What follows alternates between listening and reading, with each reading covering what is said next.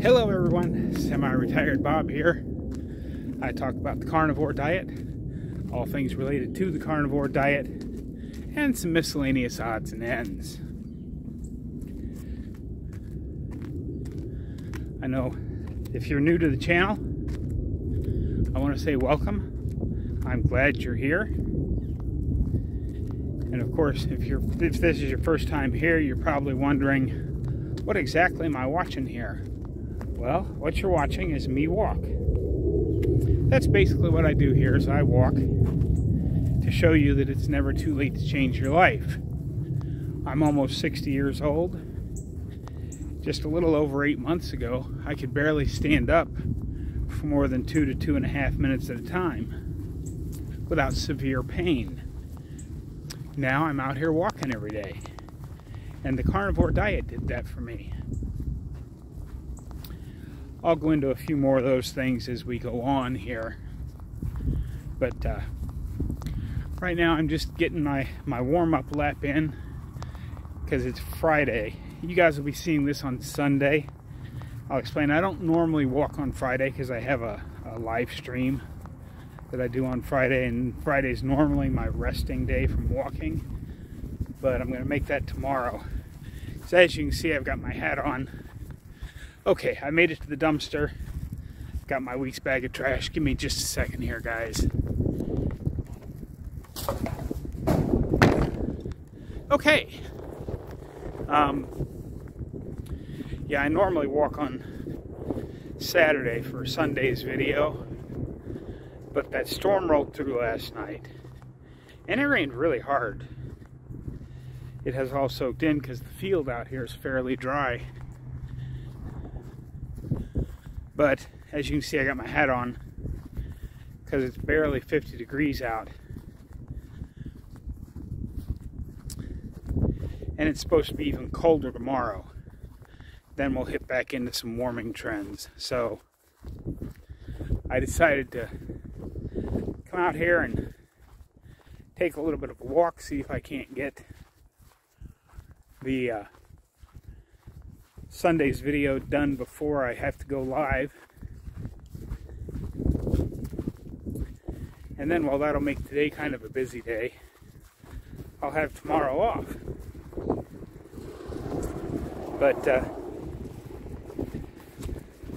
I do have a little something to report on what I've eaten. Because, you know, I told you in a recent video that because the cost of beef had gone up so much, I bought some pork, and I had the boneless pork ribs last night. And the package that I got, because you know when you order online and pick it up, they give you a weight range for what might be in the package. And this was only about a pound and a half, if I remember right. It was light enough that I decided that I went ahead and had 3 boiled eggs with it, because remember I told you about buying those boiled pre-boiled and peeled eggs. So I had 3 of those to kind of fluffy up the meal, and I cooked the pork ribs in butter. They were really good. They turned out very nicely. It was a nice change of flavor from just having beef, but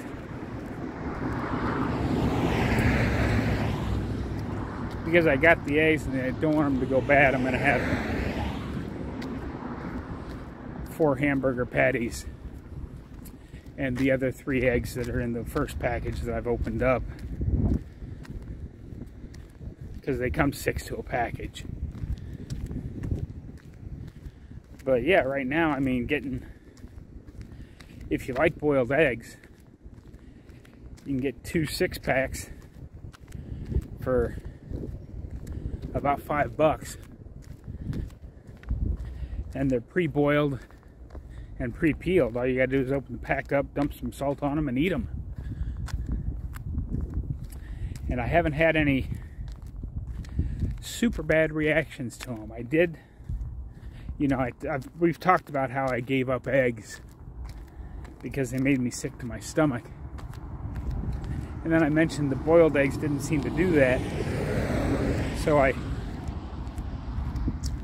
did not have any stomach upset last night. But I did wake up about 1 o'clock in the morning, of course, when it's, you know, the raining is at its hardest, and had to make my way inside the restroom through the pouring rain. But on the plus side, I got a free shower out of the deal by getting rained on. It was raining really, really hard.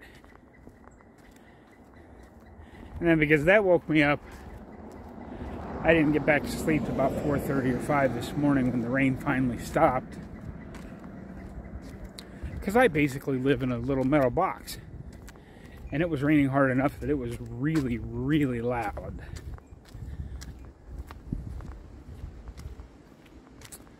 But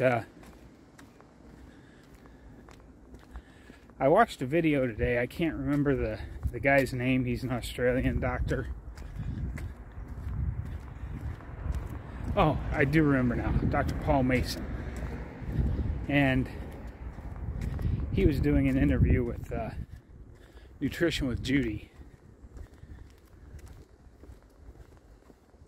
And I found out something that I didn't know. And it explains a lot. I mean, it brings more into clarity for me what some of these other people, you know, Dr. Baker and Dr. Chafee and all of them have been talking about.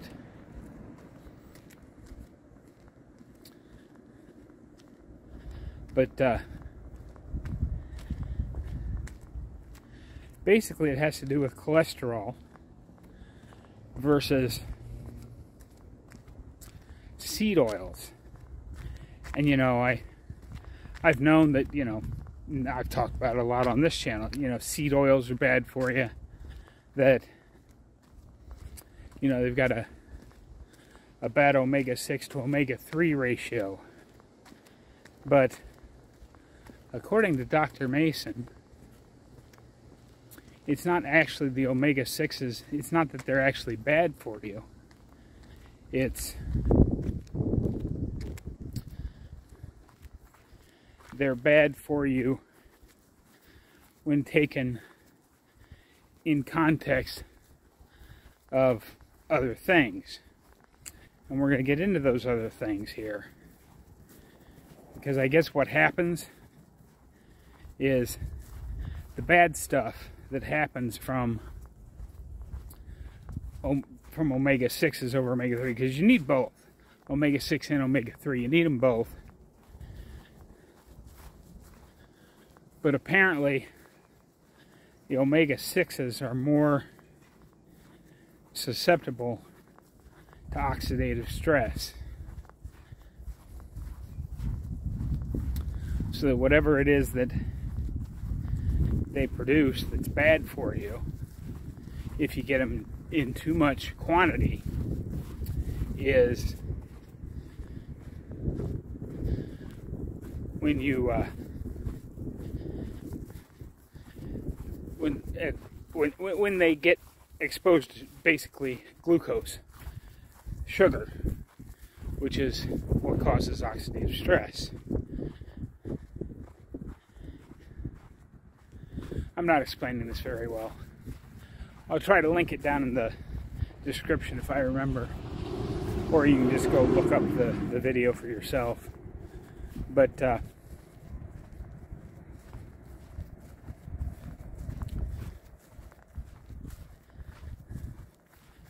so yeah, I sort of learned why seed oils are bad for you. And the important thing is, because of the way the seed oils are made, that it's impossible for them not to be at least somewhat oxidized by the process that makes the seed oil, because they have to be heated up, and I forget what the temperatures is, but they're made under heat and under pressure, so that some of the, or a lot of the oil extracted in seed oils are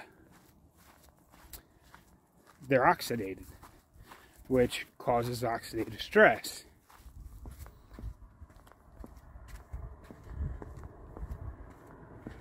And the other thing that's bad, not just about the seed oils,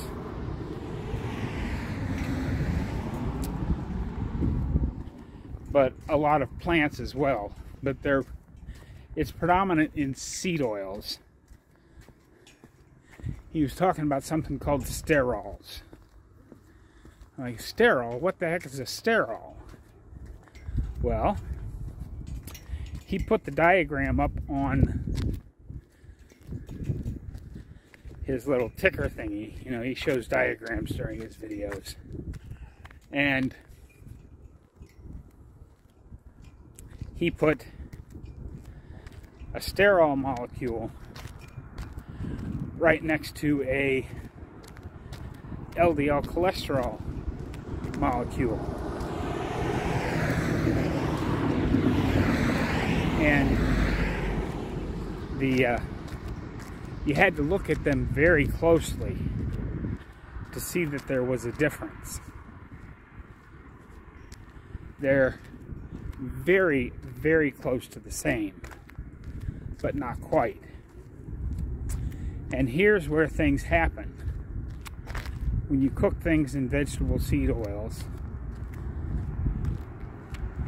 and you get these sterols, which are basically plant-based cholesterol, as they like to call it,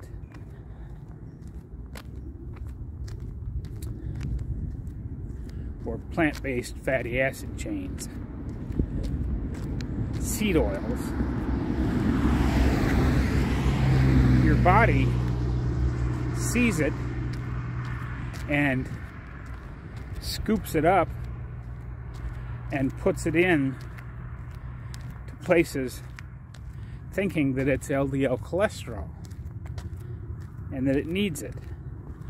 But then once it's absorbed it up into the cells, it can't actually use it.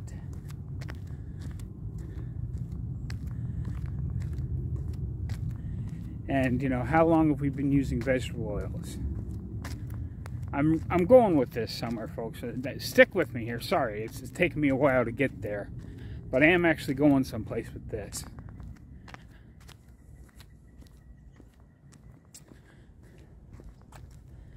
And, of course, this damages the cells, causes more oxidative stress, which damages the, you know, the cells, your blood cells, all sorts of stuff. But what it does is it artificially lowers your LDL cholesterol. And if you think about how long we've been using vegetable oils in this country and around the Western world,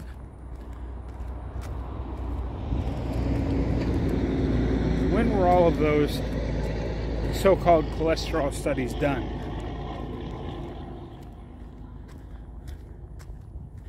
After we stopped cooking in lard and started cooking in vegetable oils. And as we've learned from many different videos from many different doctors, but primarily Dr. Barry and Kim Howerton, who wrote the book Common Sense Labs. Where do all these lab work baselines come from? It's not any real scientific data. What they basically did for all of these is they took however many number of people it was, and they checked their cholesterol levels. And then they basically just took the median and said, okay, this must be the middle of normal. And that's how the cholesterol level recommendations became what they became. Which is why when you get on a carnivore or ketovore diet, basically anything where, as I talked about, I believe it was in yesterday's video, one of the good first steps is eliminating seed oils. Well, after time, once you've eliminated the seed oils and your body is fully loaded up on real cholesterol as opposed to this fake crap, what happens to your cholesterol? It looks elevated. And that's where a lot of people are freaking out, because they're like, wow, why is my cholesterol so high? Well, I contend that your cholesterol isn't actually high.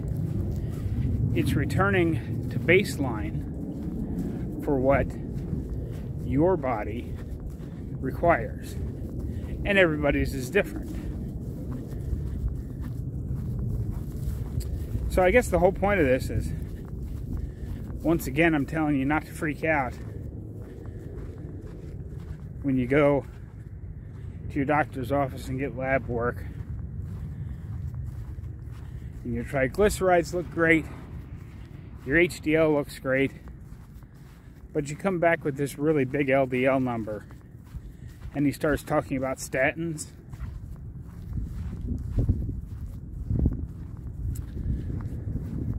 Don't buy into it.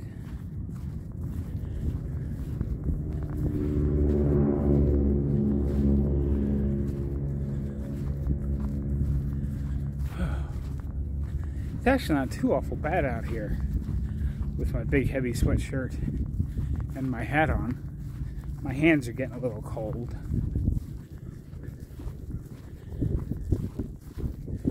And it sounds like it might be a little windy. You'll see what the audio is like.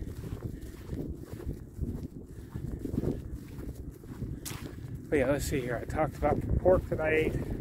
I talked about the eggs.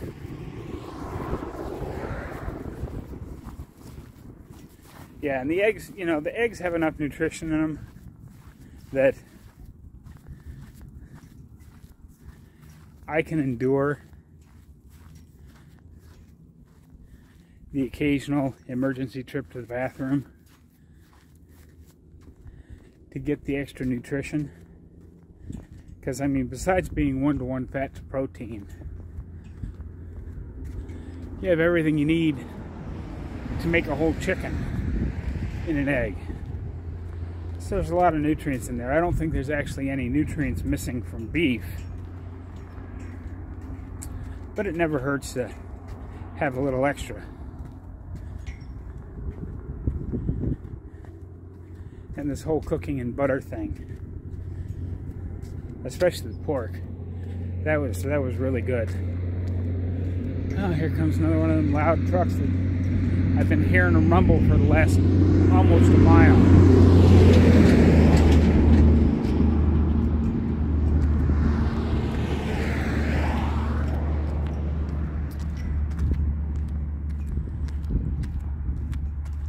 So I hope everybody's doing okay on their January, whatever goals they set for themselves in January, because it is World Carnivore Month.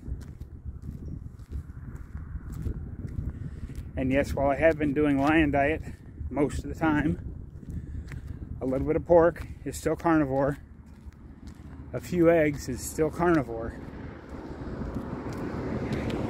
cooking in butter is still carnivore.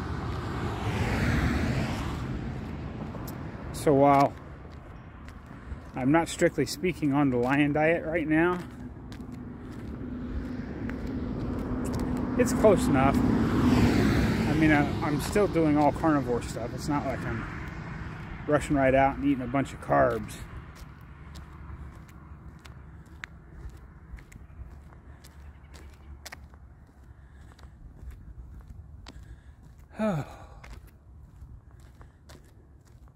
The only problem with recording a day earlier than I normally do is I didn't get my full day of thinking about what I was going to talk about in today's video. So I'm getting a little light on topic here. I'll come up with some more stuff to say later in the video. But for now, let's go ahead and cue the music.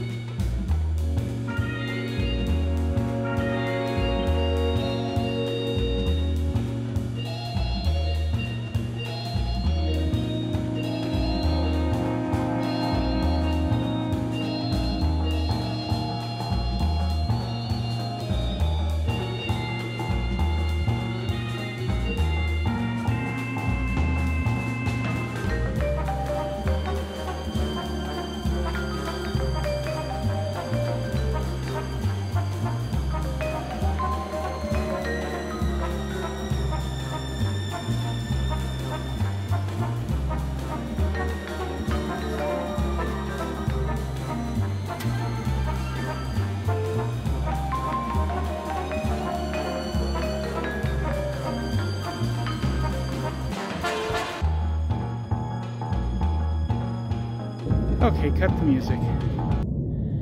Thank you. Where are we at time-wise? Okay. Now, I know what everybody's thinking, or some of you are thinking. It's like, wow, Bob, if vegetable oils artificially lower my LDL, why don't I eat more of those? Because artificially lowering your LDL, tricking your body into thinking it has enough LDL, is a bad thing. Because, as I talked about in a previous video just a few days ago, might even been a week ago now, I don't remember exactly when, but that video that Dr. Barry did that showed as your LDL cholesterol goes up, your hard endpoint outcome, which is death, is what they were looking at. The hard endpoint outcome was the risk factor involved only went up very, very slightly as your LDLs got bigger.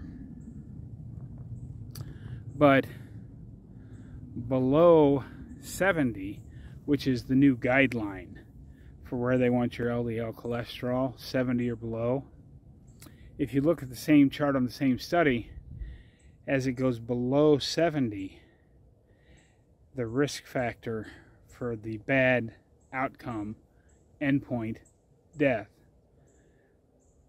dramatically increases. Actually, I was talking about this the day I fell, because I remember doing this. I was sitting on the steps talking to you about this. So if you go back and watch that, you'll get the whole story behind this. But artificially lowering your cholesterol, either by eating seed oils or taking statins or whatever, is a really bad idea. And I'm not going to get into all the bad side effects of statins. I've talked about that a lot. Many doctors have many good videos about this. Yeah, I kind of stumbled through the whole first three quarters of this video because, you know, as I've always said on this channel, I don't really do science. But I found that interview interesting enough that I wanted to at least give you the basics that I took out of it. And if it sounds like something you're more interested in, you can go back and take a look at that video yourself.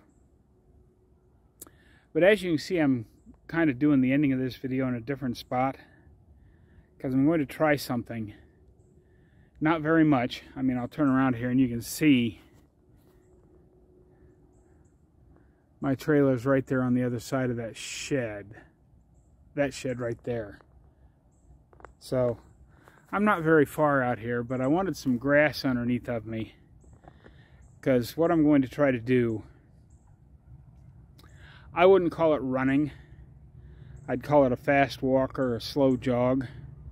But I haven't actually done any running because of my joints since I got out of the Army in 1983.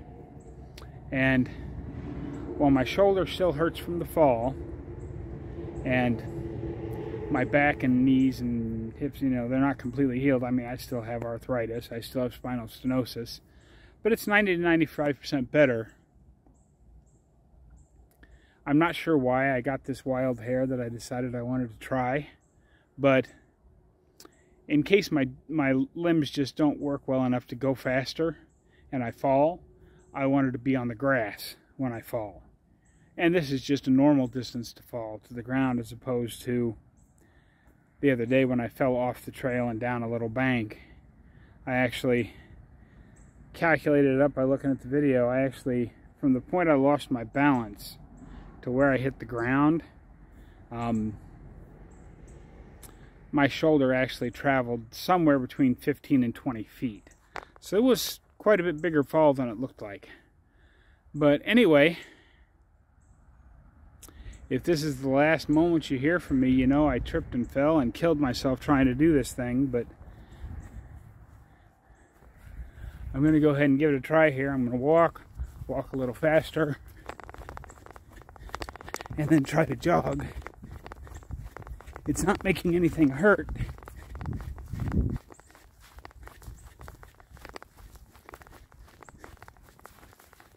I'm certainly not going to go any faster than that right now.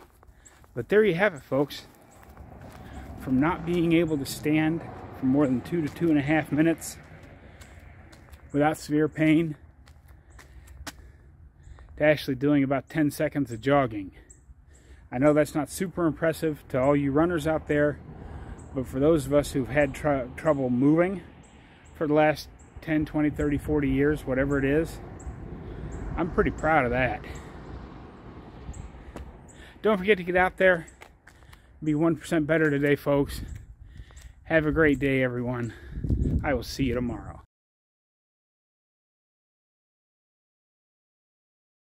So I got my 4 hamburgers and they're just about done. They're a little bit lighter on fat than I usually like. So what I do, sorry, I'm having a little trouble picking things up with just one hand here. So what I do is I take little chunks of butter, set it right on top of the burger while it's still in the pan, and then just as it starts to melt, I'll take it off the heat. But that's what I wanted to show you here. I just had a little extra I wanted to throw in here. Again, I hope you're all having a great day. Had a great day. I will see you tomorrow.